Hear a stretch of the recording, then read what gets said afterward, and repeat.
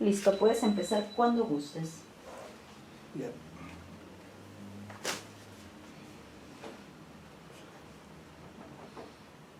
Sí, muy buenas tardes. Hoy es 4 de febrero de 2021 y estamos en la última reunión del curso de literatura hispanoamericana del siglo XIX, que nos ha permitido conocer los principales movimientos o corrientes literarias que se desarrollaron en este continente nuevo, en este continente constituido por varios países que habían sido antes colonias, virreinatos, capitanías, y que a partir de 1810 en adelante pues se constituyeron en naciones, en repúblicas, en países independientes, ¿no? Aunque este concepto de la independencia es relativo, porque luego que se fueron los españoles y juramos constituciones, delimitamos fronteras, o incluso eso también nos dividió, luego de eso ya vino la tarea de organizar estos países, ¿no? De organizarlos de acuerdo a las ideas, a las teorías, a las propuestas que se fueron planteando en aquellos años, y que curiosamente, coincidentemente, este año 2021 estamos celebrando, bueno, entre comillas, ¿no? En todo caso estamos recordando los 200 años de la, en el caso particular peruano, ¿no? Ese es el caso peruano que tomamos en cuenta este año de 2021, porque fue el general San Martín en julio de 1821 que declaró formalmente la independencia desde la Plaza Mayor, que ahora ya llamamos la Plaza Mayor, aunque en realidad la llamábamos la Plaza de Armas. En todo caso, desde ese lugar histórico, hay cuadros al respecto, pero bueno, no, en esa época todavía no existía la fotografía, pero suponemos que los pintores adecuadamente preparados nos proporcionan una imagen sin duda idealizada, pero válida, sobre ese momento histórico en que comenzamos a funcionar, por lo menos en la forma como país, ¿no? Y dentro de ese contexto, dentro de ese inicio de la República, pues casi todos los países se vieron envueltos casi inmediatamente en sendos conflictos internos, por saber, por dilucidar quién iba a dirigir el país, quién iba a ser el presidente, cómo se iban a organizar estos países, qué fuerzas, qué poderes, qué partidos o grupos estaban vigentes en ese momento, y que como ahora en 2021 vemos a una serie de grupos luchar entre sí. Vemos varios candidatos en aquellos años, claro, con una población muy menor que la actual. También los peruanos del siglo XIX también se enfrascaron en esas primeras décadas en estas luchas por alcanzar el poder. Pero hoy no vamos a hablar tanto del caso peruano en particular, que ustedes además lo conocen por ser peruanos y por haber estudiado esta historia. Hoy día vamos a hablar más bien de la Argentina, que ha sido quizá el país del cual nos hemos ocupado más por el protagonismo que tuvo Argentina en el siglo XIX. A lo largo del siglo XIX, era principalmente en la llamada etapa del romanticismo, ¿no? Ese romanticismo argentino rebasó largamente las fronteras de lo literario. Es decir, cuando hablamos del romanticismo argentino, no debemos referirnos solo a lo literario, sino contextualizarlo, porque literalmente, diríamos, Argentina había sido el virreinato del Río de la Plata. Argentina se vio también en la necesidad o ante el reto de organizarse como una nueva república, un nuevo país. Ese fue el principal reto. Y en aquellas décadas, estamos hablando de 1830 en adelante, hasta 1852, es decir, aproximadamente durante 20 años, ¿no? Que corresponden también a los años del romanticismo literario. Los argentinos se dividieron en dos grandes bandos políticos. De un lado estaban los unitarios y del otro lado estaban los federales, ¿no?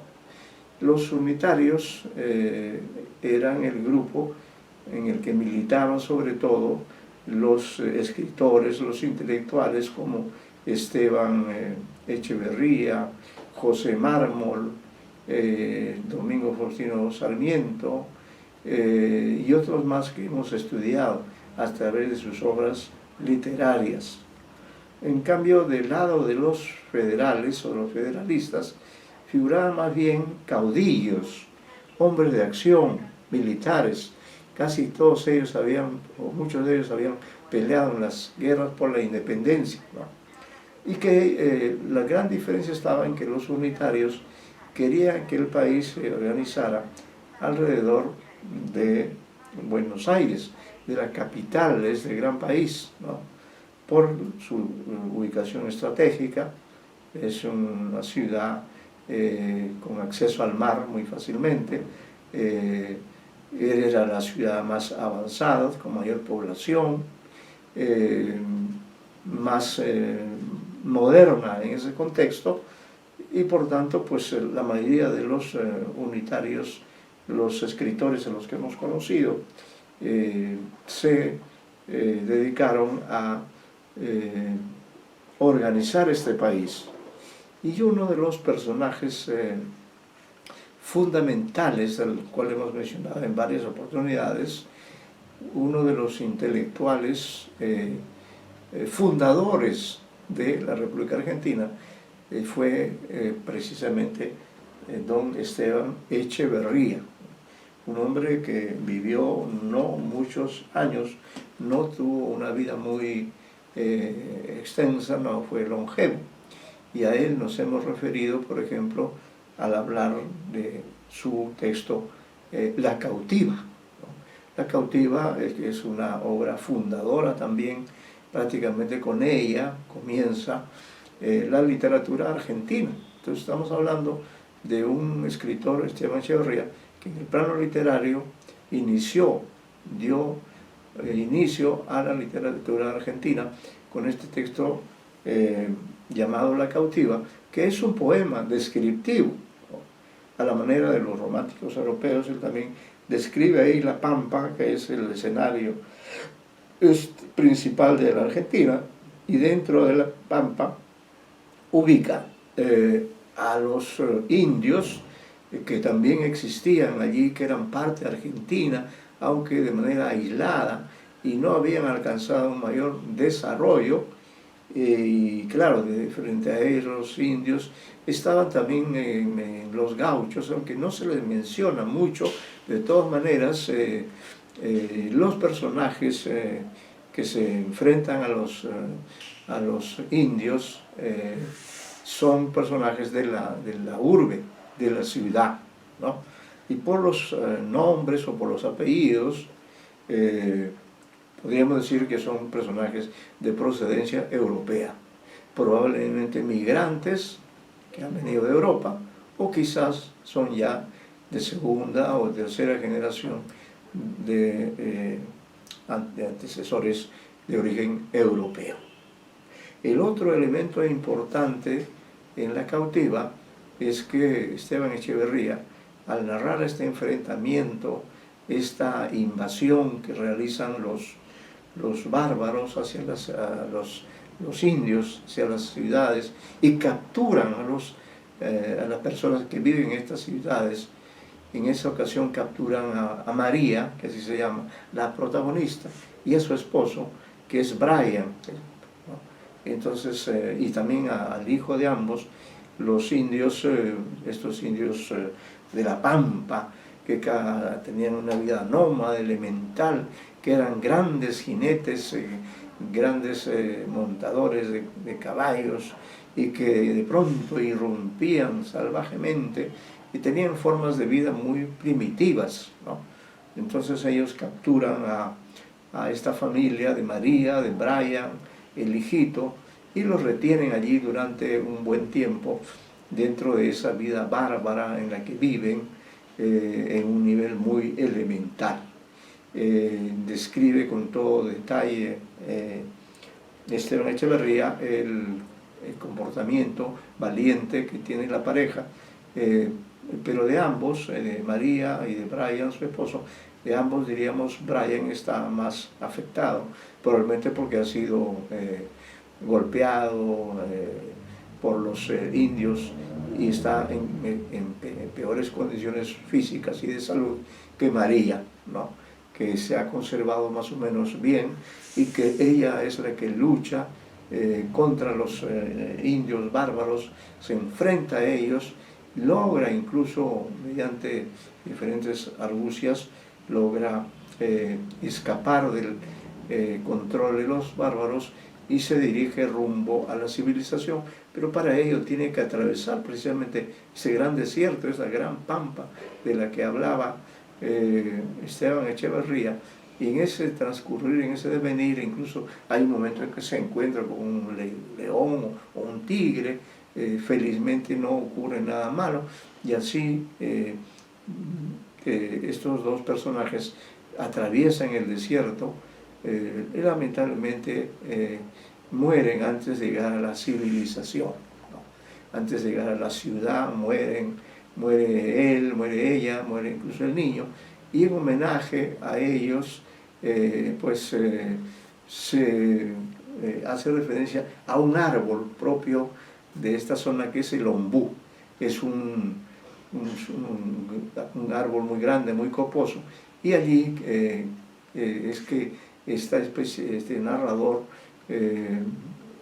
recuerda, o en homenaje a este suceso lamentable que es la muerte de los personajes de la ciudad, se decide el narrador a contar la historia de la cautiva. Sin embargo, como ya está presente la señorita Garriaso, ¿no? Entonces estábamos justamente hablando, ya este es el último tema que en cierta medida había quedado pendiente, referente a la obra literaria de Esteban Echeverría, de quien hemos hablado a propósito de la cautiva, pero dijimos que Esteban Echeverría, que estuvo entre los desterrados románticos que tuvieron que huir de Argentina e irse a vivir a Uruguay, porque de otro modo peligraba su vida. Estos escritores se fueron al exilio, y algunos de ellos, entre ellos Esteban Echeverría, ya no volvió, ya murió antes de que se produjera la caída del tirano Rosas, ¿no? Se había publicado La cautiva, pero nada más, algunos otros poemas, y de pronto él muere antes de la caída del tirano, pero dejó él en todo su país, y ya restablecida la vida más democrática, ya no había el tirano Rosas, ya no estaba en el poder, por las circunstancias del azar, pues, y como eran varios las personas que habían admirado mucho a Esteban Echeverría, porque él incluso llegó a hacer un documento, una especie de plan de gobierno que se llama el Dogma Socialista. Así se llama ese documento que él elaboró, con una serie de puntos referentes a la realidad argentina, sobre todo para la organización de este país. Eso se llamó el documento, el dogma socialista. No tiene que ver con el socialismo posterior, pero en todo caso sí ahí está la idea de una sociedad democrática, la idea de una sociedad en la que hay varios poderes importantes que hacen un contrapeso entre sí, ¿no?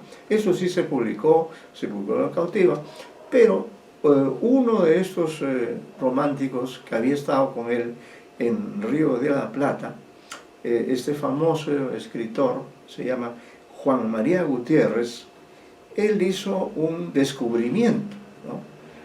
Al ir al Uruguay, a Montevideo probablemente, o por allí cerca, Juan María Gutiérrez, que es un gran investigador, un gran escritor, un amigo entrañable de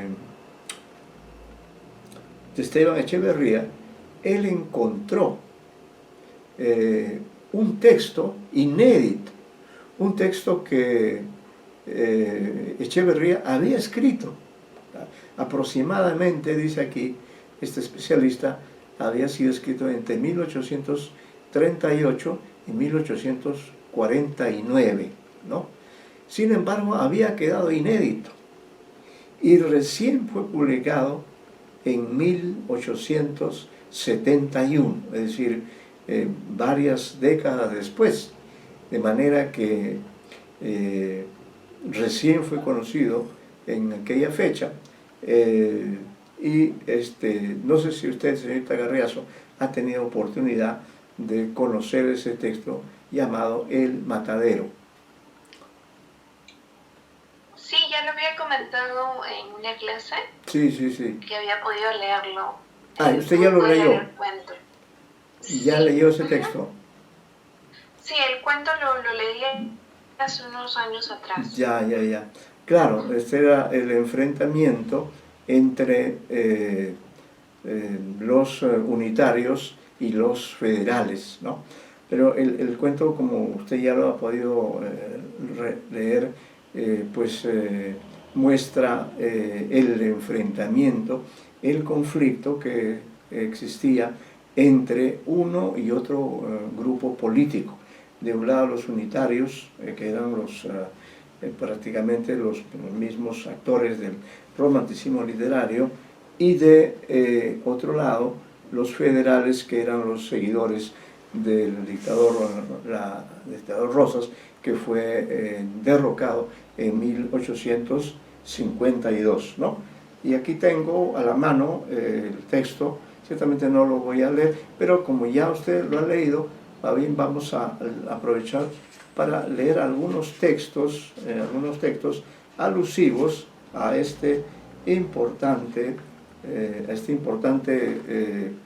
texto narrativo, que se dice que si hubiera aparecido antes, hubiera adelantado mucho la evolución de la narrativa breve en la Argentina.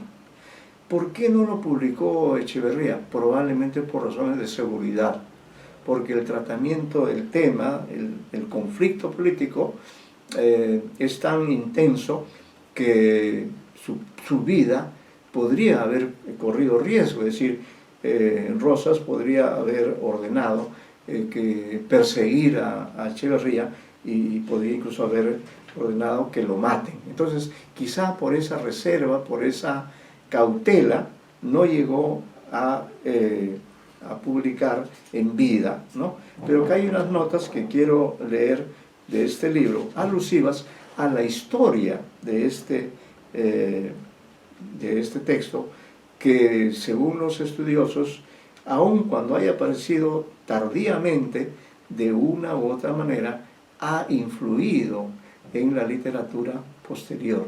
De manera que para muchos El Matadero es el cuento con el cual se inicia propiamente este género breve en la literatura latinoamericana, ¿no? Acá voy a leer solo algunas páginas para poder compartir algunos elementos de análisis que creo que son pertinentes, que van a complementar la información que usted tiene sobre este célebre texto de El Matadero, que es un símbolo de la rivalidad, del conflicto, del enfrentamiento que hubo entre estos dos sectores, que dicho sea de paso se dio durante todo el siglo XIX, y luego también en el siglo XX de alguna forma se repitió este fenómeno con la figura del dictador, del militar Juan Domingo Perón, pero eso ya fue en el siglo pasado, en el siglo XX, y también ahí se produjo un gran enfrentamiento que llevó a una situación de crisis, una situación de enfrentamiento. Perón llegó al poder, quizá usted ha leído alguna de las novelas, Perón estaba casado o era pareja de este famoso personaje femenino, Evita, ¿no? Perón y Evita, entonces formaron una pareja con la cual el pueblo se identificó, ¿no?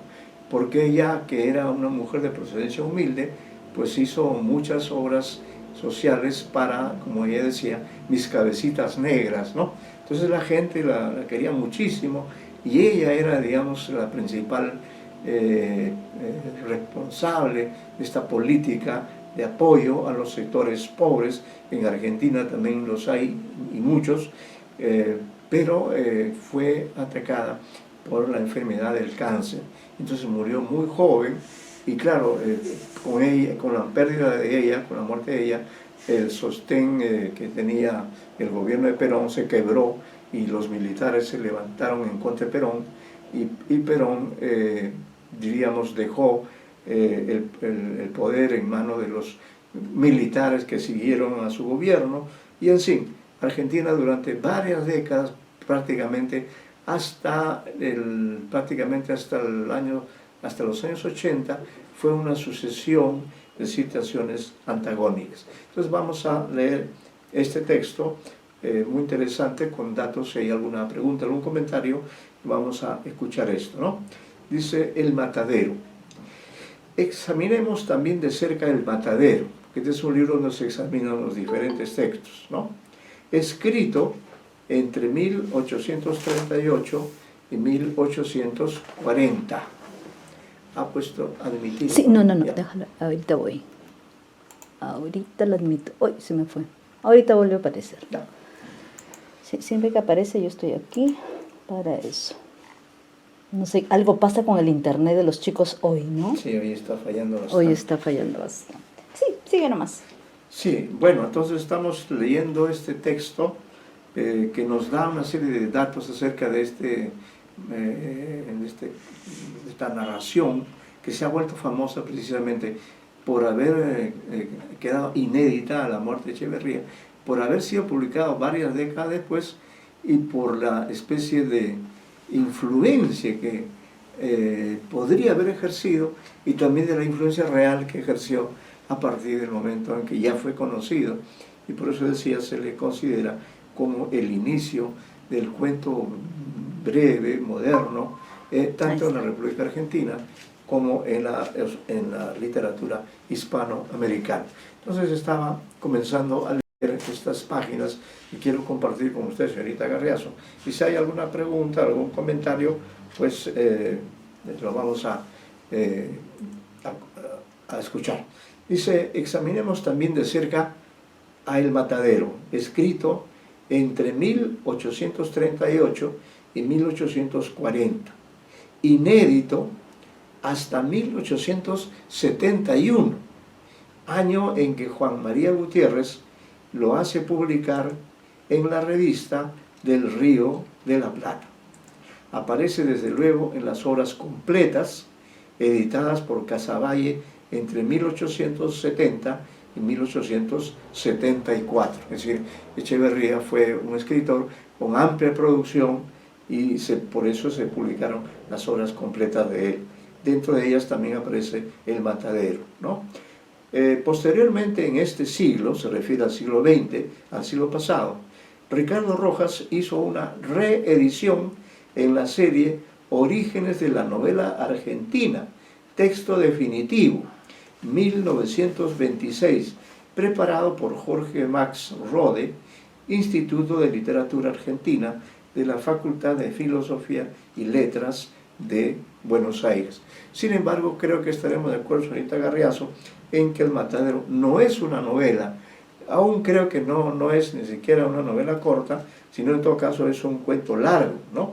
Por eso es que me parece, digamos, inapropiado que este autor la haya considerado dentro de la novela, ¿no? Es un cuento largo, que está casi cerca, en todo caso, si es que la ha considerado, correspondería a lo que hoy llamamos la novela corta.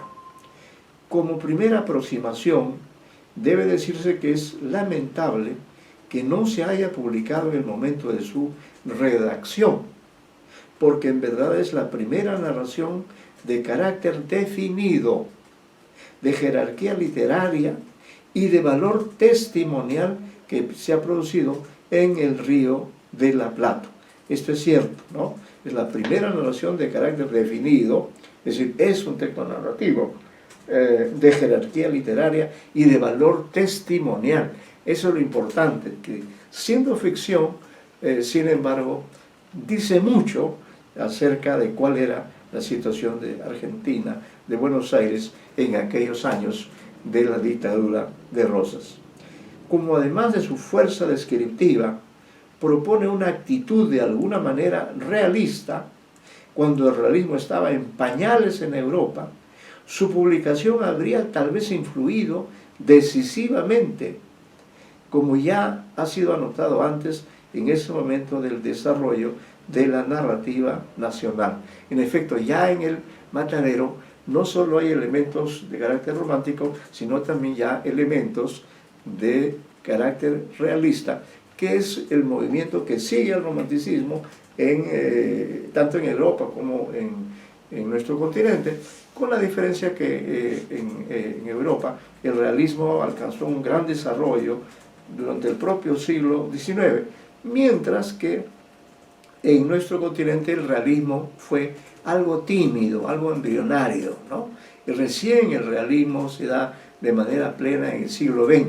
Esto porque, si bien es cierto, hay contacto entre una y otra literatura, las diferencias sociales, políticas, etcétera, hicieron que haya esta diferencia entre el realismo pleno de la literatura europea, ¿no?, con grandes autores como Balzac, o en el caso de España Benito Pérez Galdós, Víctor Hugo. En cambio, en nuestro continente, el realismo fue muy tibio, muy poco relevante, por eso es que mayormente no hemos hablado de realismo, y por eso dice este autor,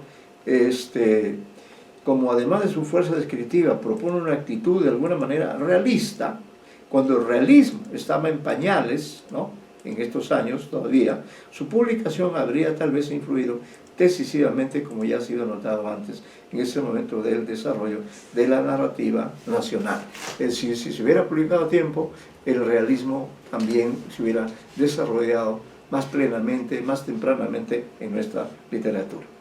Decimos que es la primera narración de jerarquía, no la primera cronológicamente hablando, aunque tampoco hubo demasiado en materia de relato en esta zona de gran profusión. Por el contrario, poética y ensayística, es decir, hubo más poesía y ensayos. Sea como fuere, a causa de no haber sido conocido, El Matadero se pone fuera de la tradición literaria y resulta, además, extraordinariamente moderno como relato, aún en 1871, cuando se da a conocer. Pero el hecho de no haber sido conocido no significa que El Matadero esté desconectado de su tiempo y de los ensayos narrativos que se están produciendo.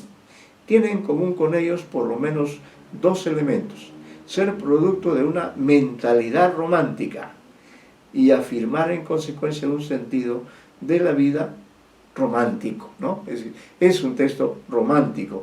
Y por otra parte, ser en general un relato de costumbres contemporáneas. En ese sentido, mejor dicho, en los dos sentidos, se conecta con las posteriores obras de Mitre. Mitre, Bartolomé Mitre es otro importante escritor, aquí menciona algunas obras de él, Soledad, Memorias de un botón de rosa, ¿no? Se conecta con las posteriores obras de Mitre, pero mucho más con los artículos de costumbres, casi narraciones de Alberdi y de Gutiérrez, el hombre hormiga, ¿no? Entonces se conecta con los otros textos de su época. Y todos son sensibles a las costumbres como resultado de una común y generalizada admiración por Mariano José de Larra, ¿no? Entre comillas, Fígaro.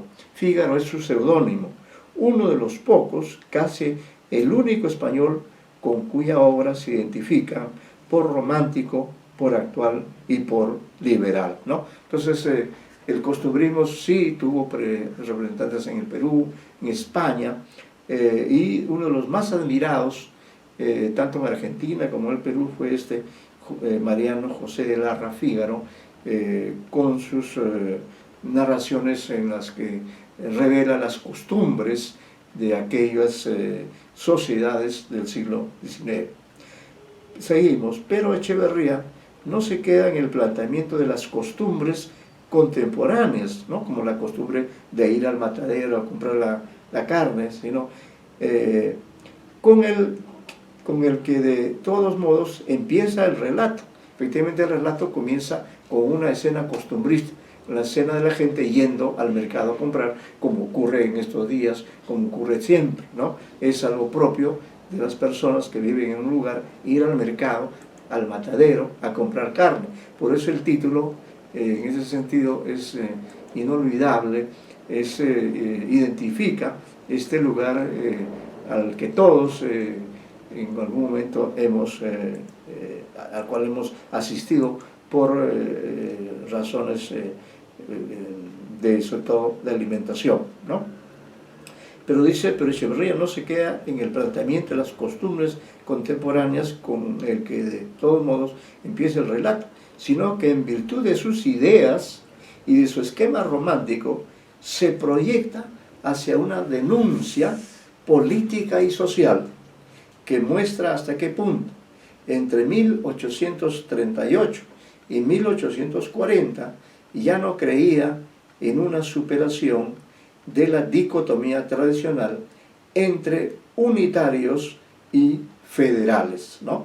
Eso también es importante. El texto tiene un carácter de denuncia política y social que muestra hasta qué punto entre el año 38 y el 40 ya no creía en una superación de la dicotomía tradicional entre unitarios y federales, ¿sí? Ya no veía posibilidades de que hubiera una unión, ni tampoco que Rosas pudiera representar esa superación o que los jóvenes pudieran ser la cabeza pensante de ese cuerpo tan poco reflexivo.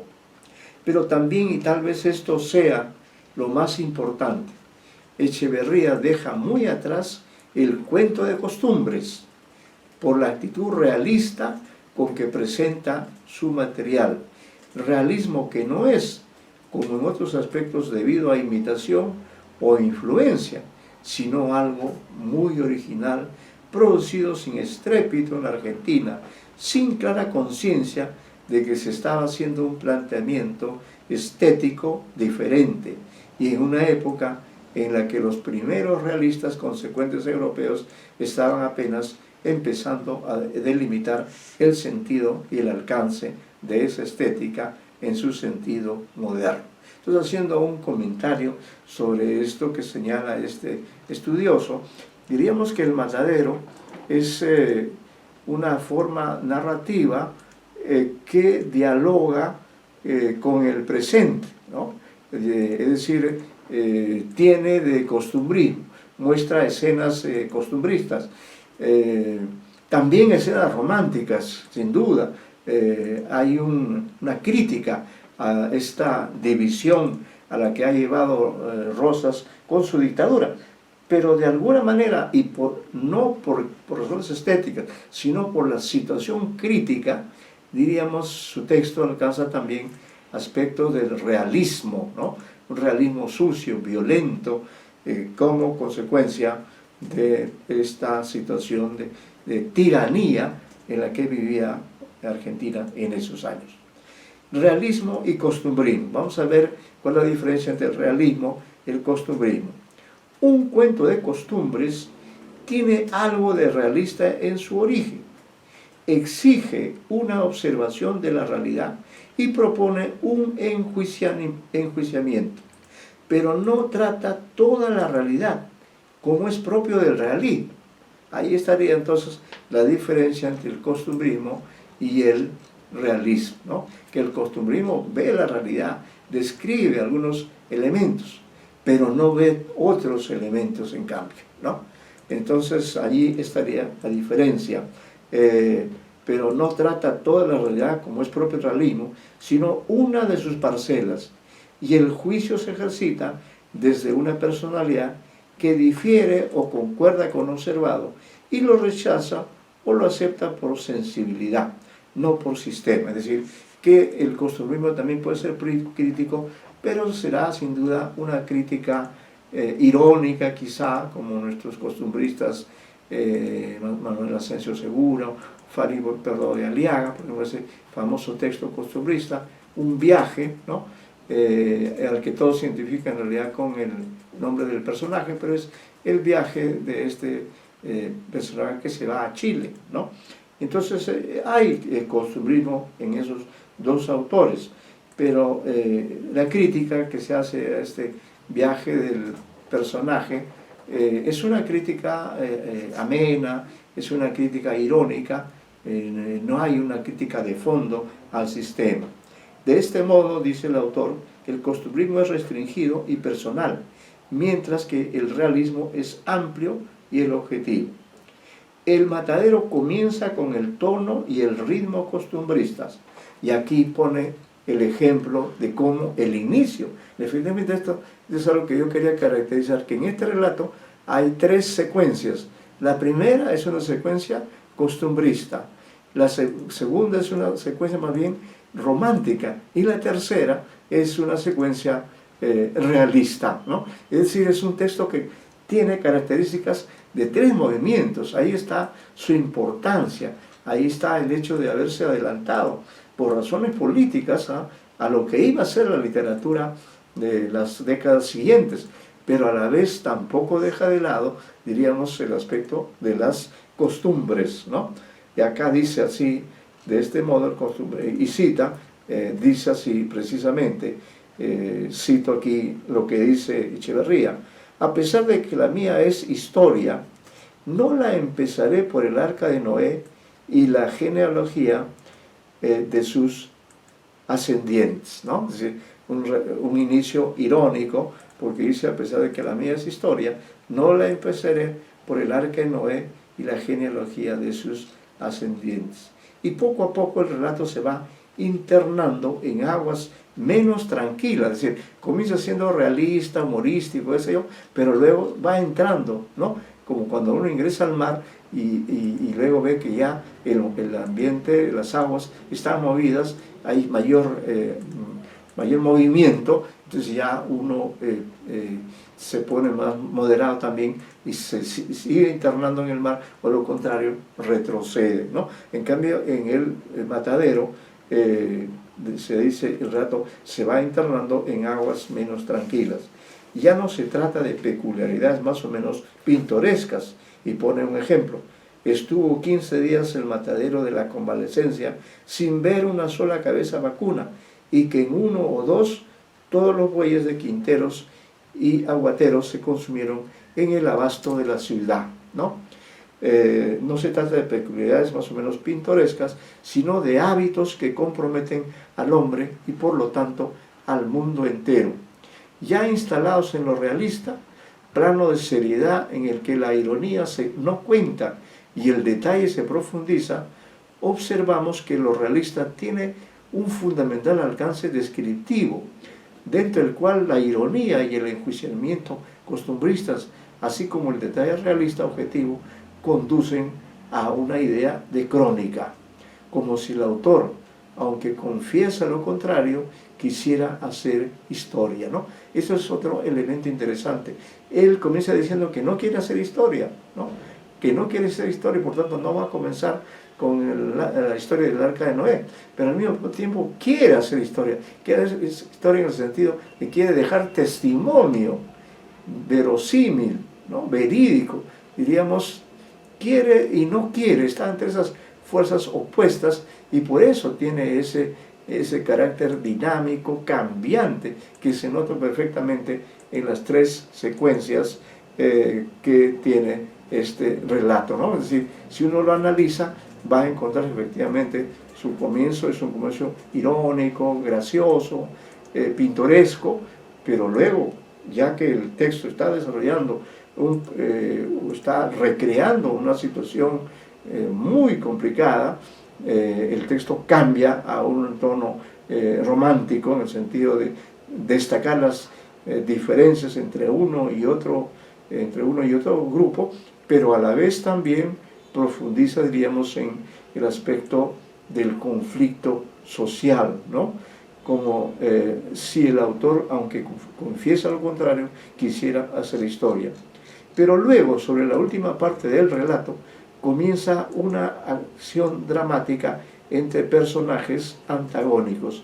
En este momento, cuando el autor se interna en la acción, o sea, en el conflicto, se produce un deslizamiento hacia la toma de partido.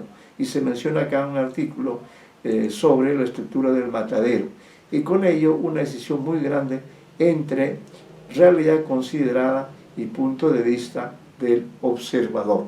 Es decir, ya luego que ha dejado atrás el costumbrismo y comienza a narrar entre lo romántico y lo realista, digamos, ya hay un momento en el desarrollo de la trama en que el narrador abiertamente se muestra como alguien que se identifica con los unitarios, se identifica con este hombre que está siendo torturado, como ocurrió muchos años después, o como ocurre en las sociedades de todos los tiempos en que se tortura a los enemigos políticos. Lo hemos vivido acá también durante muchas oportunidades. Luego, en cuanto al asunto que dice este especialista, dice: enseguida habrá que volver sobre este punto. Digamos antes, ¿qué ocurre en el matadero? Y acá hace una breve síntesis del asunto, ¿no? El autor empieza por señalar una circunstancia muy precisa: la falta de carne en Buenos Aires, empeorada por una lluvia que impedía el acceso de los animales, ¿no? Es decir, la carne pues se identifica a los argentinos, por eso que tiene tanta importancia esta carestía, esta carencia, y se ha empeorado por la lluvia que impedía el acceso.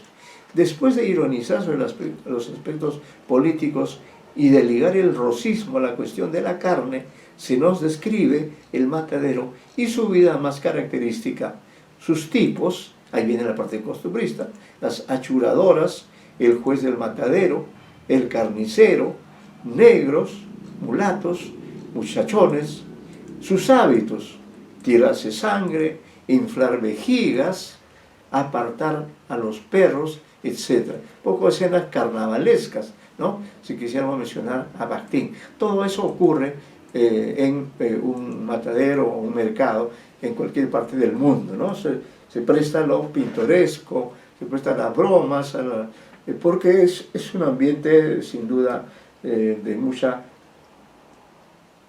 informalidad. Ustedes ven que incluso en estos días vemos cómo en los mercados se producen enfrentamientos, peleas entre los ambulantes y la policía, y luego viene el serenazgo. Es decir, verdaderamente, si ustedes releen El Matadero, van a ver que muchas de las cosas que están pasando ahora en Lima pasaban también en esa época, ese enfrentamiento en que también faltaba la carne, y eso en una ciudad como Buenos Aires pues diríamos es algo grave, ¿no?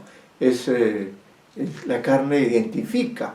Este es un país eminentemente carnívoro, para decirlo en esos términos. Entonces el que faltara la carne era para ellos ya no era un problema meramente formal, no, ya era una cuestión así terrible, ¿no?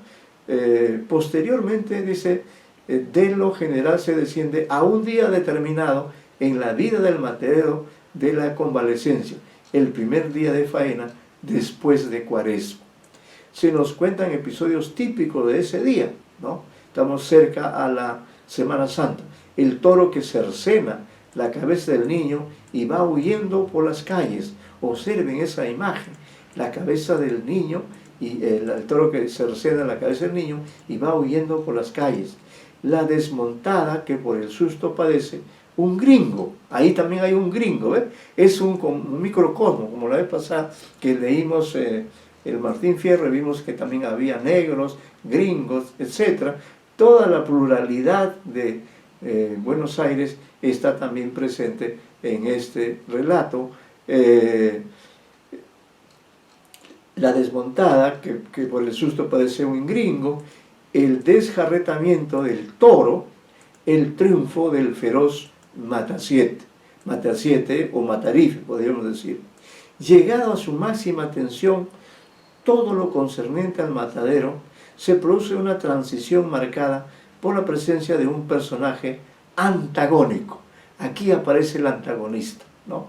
El joven unitario sobre el que se precipita la chusma. El joven es vejado, le quieren cortar las patillas, lo acuestan sobre una mesa, lo atan y antes de dejarse desnudar muere de un derrame, ¿no?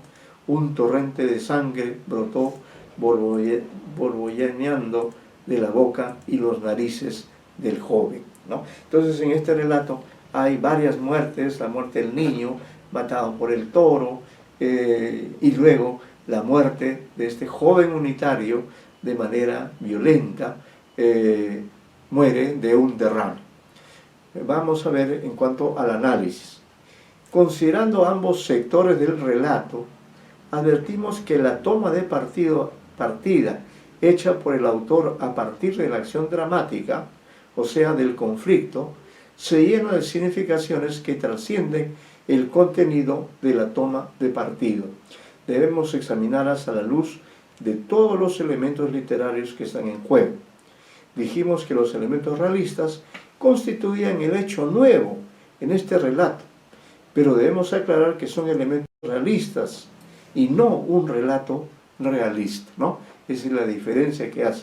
No es todavía un relato realista, tiene elementos realistas, porque el realismo, como literariamente hablando, todavía no existe, de manera que él se adelanta con estos elementos. Es decir, que hay un esquema general de otra índole en el cual se insertan tales elementos. Es decir, que aunque hay una especie de contrapunto entre lo realista y lo romántico, pareciera ser que por esta toma de partido que hay en todo texto, termine predominando lo romántico, ¿no? Aunque esto de lo romántico también tiene un sentido político, porque son los románticos que están luchando contra Rosas, están siendo víctimas, ¿no? Es decir, que hay un esquema general de otra índole en el cual se insertan tales elementos. Esto lo vemos principalmente a partir de la aparición del unitario, descrita por Echeverría con énfasis culturalista, con un tono y un estilo realzativos que contrastan con el realismo descriptivo. Se carga de adjetivación, que traduce estilísticamente una actitud despreciativa respecto de los elementos mataderiles y una apreciativa respecto del unitario. Es decir, en esta parte claramente se ve que el narrador repudia a los federales, repudia a la gente del matadero y al mismo tiempo admira al joven unitario que se somete a esta tortura. Dice, el autor penetra en el relato mediante interferencias, ¿no?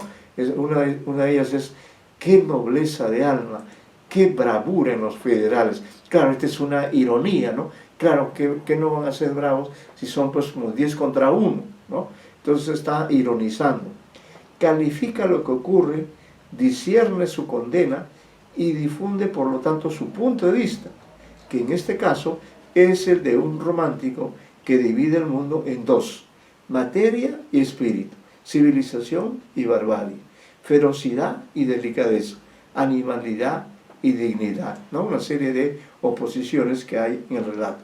O sea que los realistas se introduce en un esquema básicamente romántico, por el cual el material del relato está conformado por una base de observación local, argentina y americana, y un sector de la realidad idealizado, realzado, presentado a la medida de lo europeo, conformado según sus pautas. Entonces nos encontramos con un texto del romanticismo que, por estas circunstancias particulares en que vive este país, pues se ve, diríamos así, caracterizado por la presencia de elementos realistas, no todavía de algo que sea realista desde el punto de vista estético, sino de algo que se adelanta al realismo, pero lo que predomina al final, como corresponde a la época en la cual se escribe el relato, no a la época en que se publica. Esto hay que tomarlo en cuenta porque muchas veces una obra se escribe en cierto momento y por circunstancias X se puede publicar muchos años después. Entonces ya son dos tiempos diferentes, ¿no? Esto es lo que ocurre, por eso la lectura que hace este especialista me parece que es muy pertinente. Yo también veía estos tres momentos, ¿no? Lo costumbrista en el cuento, lo romántico en el cuento y lo realista, ¿no? Y claro, creo que sí, pero que efectivamente en este confluir de tres tendencias, la tendencia predominante es la romántica, ¿no? Dice, si observamos bien esta conclusión, podremos conectarla con el pensamiento total de Echeverría, expresado por esa época en sus memorables lecturas del Salón.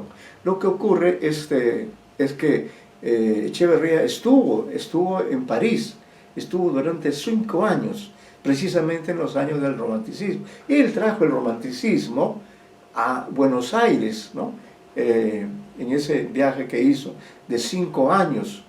Y cuando regresó a Buenos Aires, estaba sumamente interesado en reunir a los jóvenes, en conversar sobre estos nuevos temas políticos, literarios, sociales. Y entonces había un salón, como diríamos ahora, o los salones literarios, un salón de un tal Marcos Sastre, si no me equivoco. Y entonces se creó así un grupo de personas que conversaban acerca de, no solo de temas literarios, sino también políticos. Es en esas circunstancias en que Echeverría también escribió esto que he llamado el dogma socialista, que es el ideario de los románticos, ¿no? Es decir, el dogma no es un texto de ficción, sino es un texto más bien sociopolítico, algo así como el ensayo de Sarmiento, pero menos extenso, y en el cual se da una visión de conjunto, ¿no? Una visión de conjunto de la organización de la realidad argentina. Entonces, en una de esas sesiones, Echeverría se dice lo siguiente, y dice, ¿y qué hará, señores, ese genio predilecto? Beberá en las fuentes de la civilización europea, estudiará nuestra historia, examinará con ojo penetrante las entrañas de nuestra sociedad y, enriquecido con todos los tesoros del estudio y la reflexión, procurará aumentarlos con el caudal de su labor intelectual para dejar en herencia a su patria obras que la ilustran y la envanezcan. Y continúa ahora el autor, dice, es decir, observar nuestra realidad, reflejarla en lo europeo y lograr una síntesis. Podemos preguntarnos si lo logra. Más bien creemos que la síntesis no se obtiene y que los dos sectores permanecen incomunicados, escindidos, lo cual debe achacarse menos a Echeverría que a la pérdida de sus esperanzas vinculadas con dicha síntesis, cuyo logro parecía alejarse constantemente desde 1837 en adelante. Veamos ahora algunas ideas acerca de la forma. ¿Ya? Dice, lo paradójico se da en el plano estético.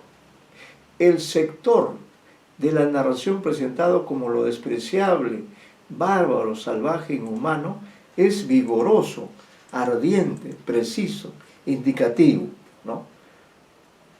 Lo realista se muestra dramático y hasta trágico en sí mismo, estéticamente válido y perdurable. Es un momento de nuestra conformación nacional. Por el contrario, el sector de relato dedicado al unitario, es decir, al mundo de valores sostenido por Echeverría, es inconvincente, mental, previsible, pasatista, superficial, verbal inclusive, a fuerza de ser estimulado con adjetivos, estéticamente pálido y olvidable, ¿no? Esto también, esta observación sobre la forma es importante. En efecto, si evaluamos desde el punto de vista de la forma, la prosa, la calidad, la narratividad del texto, como bien dice este estudioso, la parte que corresponde al realismo está bien trabajada. Hay dramatismo, hay tensión, ¿no? En estas escenas, mientras que cuando el narrador se identifica en la parte correspondiente al joven unitario, allí esa identificación de alguna forma le quita calidad estética, le quita tensión, intensidad al relato, porque el narrador idealiza en exceso, ¿no? Entonces, lamentablemente se da pues esta contradicción en que al querer idealizar, al querer identificarse o optar por el unitario, hace que el texto pierda, diríamos, calidad, pierda fuerza, ¿no? Esas son las paradojas de este texto, pues, que debió, digamos, dar muchos dolores de cabeza al escritor Echeverría, y quizá por eso finalmente no lo publicó, decidió mantenerlo inédito, ¿no? Porque se daba cuenta que era un texto, es un texto en el cual se ven unos contrastes, efectivamente. Hay elementos de humor que rogaría que ustedes tomen en cuenta cuando lo relean. Hay elementos de humor, sobre todo los que están relacionados con la Semana Santa, en la cual se dan detalles pintorescos, muy bien trabajados. Es decir, la parte de costumbrista también tiene mucha calidad, tiene humor, tiene detalles insólitos, mientras que la parte, digamos, romántica, claro, hace que nosotros lectores también nos identifiquemos con este joven unitario, nos identifiquemos porque representa la civilización frente a la barbarie. Pero si nos queremos poner como hace este lector, este especialista, por eso me parece importante esta lectura, vamos a ver que a veces la demasiada identificación del narrador en un tema donde hay varias aristas puede hacer que el texto pierda fuerza, que es lo que efectivamente ocurre. Se idealiza demasiado al joven unitario, ¿no? Dice, por el contrario, el sector del relato dedicado al unitario, es decir, al mundo de valores sostenido por Echeverría, es inconvincente. Esto prueba que la imposibilidad de la síntesis radica más que en la razón circunstancial ya invocada, en una ambigua relación con la realidad. Es decir, la manera como el autor ve esta realidad dramática en ese momento. Como si apreciara más de lo que se confiesa un orden que conceptualmente se rechaza, y como si no aceptara realmente un conjunto de valores que conceptualmente se aprecian. Un elemento importante en el matadero es la elección del ámbito, es decir, el espacio, ¿no? Por un lado advertimos que el autor identifica rosismo con matadero. Pone una cita, dice entre paréntesis y comillas: en aquel tiempo los carniceros degolladores del matadero eran los apóstoles que propagaban a verga y puñal la federación rosina, dice la moraleja final, lo cual nos lleva a pensar en lo que objetivamente ese sitio representa. Hecho el examen, nos encontramos con que ese ámbito constituye de por sí una acusación política, porque por un lado el matadero es lo limítrofe, lo fronterizo entre la campaña y la ciudad. Más aún es la presencia de la campaña con sus leyes propias dentro de la ciudad. Y esa presencia está robustecida por la temática de la carne, y entre ambos términos se despliega la federación rosista, rosina, a la que simboliza, es decir, un ataque a un sistema basado en la campaña y en la carne, o sea, en la ganadería, o sea, en los ganaderos, sector del cual Rosas es la máxima encarnación. Claro, Rosas es el gran hacendado, el gran estanciero, ¿no? Y por eso es que al criticar al matadero, está criticando a este sistema de los poderosos, de los estancieros, de estos personajes que querían el poder para ellos, para enriquecerse y dejar en cambio a los pobres en una situación como la que estamos viviendo también ahora, ¿no? Esos contrastes que hay. Con lo cual recuperamos otro tema del pensamiento echevarriano puesto de relieve en el salón. No será posible la marcha nacional, el progreso, la nacionalidad en suma, si no hay un acuerdo de sectores. Eso es lo que estamos viendo también ahora en nuestro país. No hay acuerdo. Estamos en una campaña electoral dentro de una crisis pandémica muy fuerte, una situación histórica muchísimo más complicada, diría yo, que la que recrea Echeverría en este relato del matadero, ¿no? Y sin embargo usted ve que los contrastes y las peleas entre los políticos son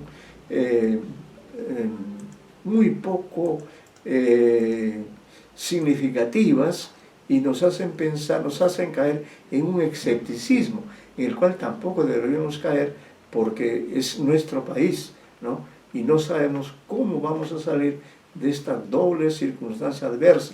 De un lado la pandemia, ¿no? Se cambian las fechas, se pone una fecha, luego otra, sale hoy el presidente de la Nación, breves minutos, anunciar un cambio de fecha, es decir, el país del desconcierto, el país del sí y del no, es decir, el país costumbrista, que no hemos dejado de ser. Hay mucho costumbrismo en nuestro comportamiento, estas fiestas COVID, todo ello. Miren, todo esto realmente va a producir, sin duda, textos muy dolorosos, pero al mismo tiempo muy testimoniales de cómo estamos viviendo 200 años después, estamos viviendo una situación terrible, parecida a esta, en la que, como dice, no será posible la marcha nacional, el progreso, la nacionalidad en suma, si no hay acuerdo de sectores. El predominio de uno sobre los demás es corrosivo, es decir, la dictadura, ¿no? Hay que tender a la creación de un único e integrado grupo que reúna a todos los grupos productivos nacionales. En el matadero están contenidas muchas otras significaciones, aparte de iniciar el realismo y la narración argentina modernos. Están contenidos elementos que marcan líneas permanentes en el proceso de conformación de la literatura argentina. Puede decirse que las principales características de toda la literatura nacional y sus problemas más eminentes salen de allí, o mejor dicho, como el matadero no tuvo circulación, que ha percibido intensos aspectos de la problemática nuestra y los ha expresado antes que nadie, tal por ejemplo la relación de nuestra cultura con la europea, la cuestión de una literatura nacional confeccionada a partir de un esquema previo de la realidad, la decisión dualista de la realidad, el papel que cumple el intelectual frente a la invasora y desconcertante realidad, y otras cuestiones no menos acuciantes y permanentes. En suma, es una de las piezas mayores de nuestra narrativa y fundamental en los orígenes del género, ¿no? Entonces he querido compartir con ustedes estas páginas para que vean ustedes, ¿no?, la trascendencia que tiene este texto en la literatura argentina, y por otro lado, la coincidencia. Fíjense ustedes cómo, y esto es como para pensar si es que hay progreso o no hay progreso, es decir, esta coincidencia en muchos aspectos de lo que ocurría en ese matadero ficticio que recreó Echeverría entre 1838 y 1841, y esta situación también, esta especie de matadero en que está convertido el Perú en este momento como consecuencia de factores de carácter pandémico, de carácter ambiental y también de carácter político, ¿no? Vemos que el valor de la vida humana se ha reducido al máximo, es decir, ya no somos seres humanos, sino somos cosas, somos cosas, somos seres que nos está, digamos, desapareciendo la pandemia, somos frágiles, sumamente frágiles, es decir, ya no hay ningún sector que pueda permanecer al margen de esa situación verdaderamente extrema. Y de otro lado, sin embargo, aún en las circunstancias vemos que cunde la desunión, el desorden, el caos, la pelea, la delincuencia. Es decir, francamente, Echeverría se queda corto con todo su realismo, con toda su aproximación al realismo. Verdaderamente esta realidad en la que estamos, más bien, pues diríamos, se relaciona más con un realismo sucio que con el realismo que vislumbró Echeverría. Por eso he querido, diríamos, dar por terminado el curso con esta referencia específica a este texto para que lo lean y lo relean y lo consideren dentro de la literatura hispanoamericana del siglo XIX. Efectivamente, si ustedes revisan antologías acerca del cuento hispanoamericano, van a encontrar el cuento en sí mismo para ver su vigencia, y de otro lado el interés que despierta por este carácter trascendente, es decir, que hay en esta prosa de Echeverría verdaderamente hay una visión, con todas las objeciones que hace este crítico, este especialista. Verdaderamente hay en el matadero un símbolo, es uno de los elementos esenciales de la literatura argentina y de la literatura hispanoamericana, diría, que está marcada por la violencia, por la muerte, por los enfrentamientos políticos que hacen pues que nuestras realidades sean realidades fragmentadas, quebradas, marcadas por el conflicto, por la incomunicación, y eso es lo que quería destacar como una imagen de cómo realmente el tiempo pareciera que transcurre no de manera lineal, sino de manera circular, ¿no? Curiosamente, 200 años después, estamos, yo diría, en una situación tanto más desesperada, quizá ahora más desesperada, porque en aquellos tiempos por lo menos no había una pandemia como en la que está asolando el mundo de hoy. Estaban también en una situación difícil, estaban recién organizando estas sociedades, y sin embargo en este momento en que debería haber un acuerdo, no se daba ese acuerdo.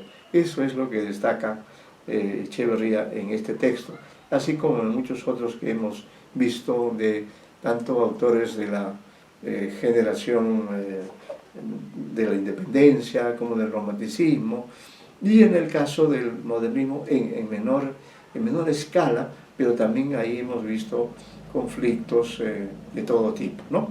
Bueno, entonces con este texto damos por terminada la clase, y les recordamos que deben entregar sus trabajos finales el lunes, lo envían al aula virtual para que yo pueda calificarlos casi de inmediato a fin de hacer llegar a la escuela los calificativos, ¿no? Que van a incluir el examen parcial, el examen final, que es el trabajo en el cual ustedes han estado laborando, y también la nota de la participación de ustedes, ¿no?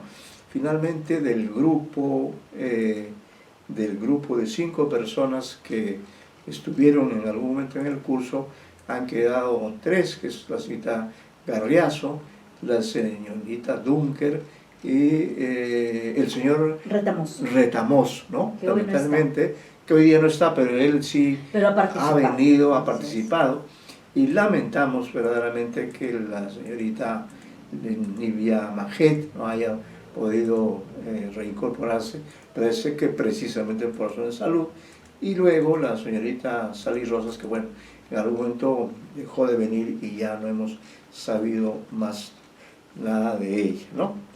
Entonces esto era lo que quería expresarles y agradecerles por su paciencia, por su presencia, por su participación y por haber hecho este recorrido a través de la literatura del siglo XIX en nuestros países, ¿no? Y seguimos siendo parte de esa Hispanoamérica fragmentada, diversa, esa hispanoamericana que hubiéramos querido que sea más unida, ¿no?